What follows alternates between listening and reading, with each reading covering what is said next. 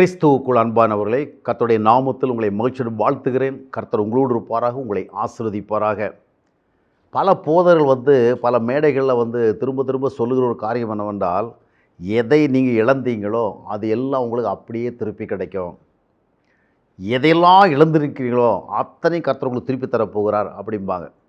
பெரும்பாலும் இப்படி சொல்லுகிற பொழுதும், இதை கேட்கிற பொழுதும் மக்கள் மத்தியில் இருக்கிற ஒரு சிந்தனை என்றால், நாம் இழந்து போன வீடு, நாம் இழந்து போன செல்வம், நாம் இழந்து போன ஆரோக்கியம், நாம் இழந்து போன வசதிகள், நாம் இழந்து போன வேலை, நாம் இழந்து போன தொழில், இவை நாம் திரும்ப பெறுவோம் என்று.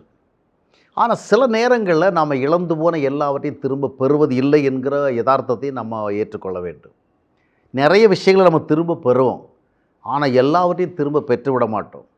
திரும்ப பெற்றுவிட முடியாத காரணத்தினாலே நமக்கு எதுவும் நல்லது நடக்கவில்லை அப்படி அர்த்தம் கிடையாது. சில நேரங்களில் தேவன் நாம் இழந்துவிட்ட எல்லாவற்றையும் நமக்கு திருப்பி கொடுப்பதில்ல, ஆனால் இதை விட மேலானதை கொடுப்பார். எகிப்தில் விட்டு மோசே ஓடி வரக்கூடிய நிலைமை ஏற்பட்டது. மறுபடியும் தேவன் அவனை சந்தித்து மறுபடியும் எகிப்து கொண்டு போகலை. அதான் எகிப்தில் ஒரு தலைமை பதவிக்கு கொண்டு போகலை, எகிப்தில் இருக்கிற அந்த மக்களை விடுவிக்கிற இன்னொரு உயர்ந்த பணிக்கு தான் கொண்டு வந்தார். யோசேப்பு சகோதரால் விற்கப்பட்டு அடுத்த நாட்டுக்கு வந்தான். அவன் இழந்து போன அந்த பழைய உறவுக்கு நேரம் கொண்டு போகப்படவில்லை, அவன் அந்த தேசத்தில் உயர்த்தப்பட்டான். சில நேரங்களில் இழந்து போன சில காரியங்கள் நமக்கு எவ்வளவோ பெரிய எதிர்பார்ப்பு இருந்தாலும் விருப்பம் இருந்தாலும் அவைகள் திருப்பி கிடைக்காமல் போகும். அது ஒரு வருத்தத்துக்குரிய காரியம் போல தோன்றும். ஆனாலும் ஆண்டவரை சார்ந்திருக்கிற மக்களுக்கு, ஆண்டவரை பற்றி கொண்டிருக்கிற மக்களுக்கு, ஆண்டவரை விசுவாசம் வைத்திருக்கிற மக்களுக்கு ஆண்டவர் வேறு சில காரியங்களை நாம் அடையும்படி செய்வார். நாம் எதிர்பார்த்த சில காரியங்கள் திரும்பி வராது, ஆனால் ஆண்டவர் நமக்கு கொடுக்கின்ற சில நன்மைகள் அவைகளால் ஏற்படுகிற துயரங்களையும் அவைகளால் ஏற்படுகிற வெற்றிடங்களையும் அது நிரப்பும்.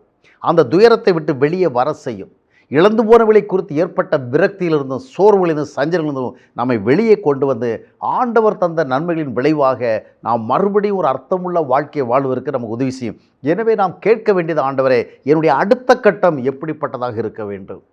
நான் இழந்து போகிற எல்லாவற்றையும் திருப்பி பெற்றுக்கொள்ள வேண்டும் என்பது ஆசையாக இருந்தாலும் சில காரியங்கள் ஒருபோதும் நாம் மறுபடி பெறுவதே இல்லை. இழந்தவைகளாக இருக்கும். ஆனாலும் நம்ம எல்லாவற்றையும் இழந்து விட மாட்டோம். நம்முடைய சமாதானம் இழக்கப்படாதபடிக்கு, நம்முடைய சந்தோஷங்கள் இழக்கப்படாதபடிக்கு, நம்முடைய நம்பிக்கை இழக்கப்படாதபடிக்கு ஆண்டவர் புதிய நன்மைகளை தருவார். அந்த புதிய நன்மைகள், அந்த புதிய சூழல்கள், அந்த புதிய ஆண்டவர் கொடுக்கிற அந்த வாய்ப்புகள் பழையவைகள், இழந்து போனவைகளை குறித்த அந்த வருத்தத்திலிருந்தும் அந்த சோர்விலிருந்தும் அந்த விரக்தியிலிருந்தும் நம்ம வெளியே கொண்டு வரும். அது புதிய நன்மையாக இருக்கும், புதிய ஆசீர்வாதமாக இருக்கும்.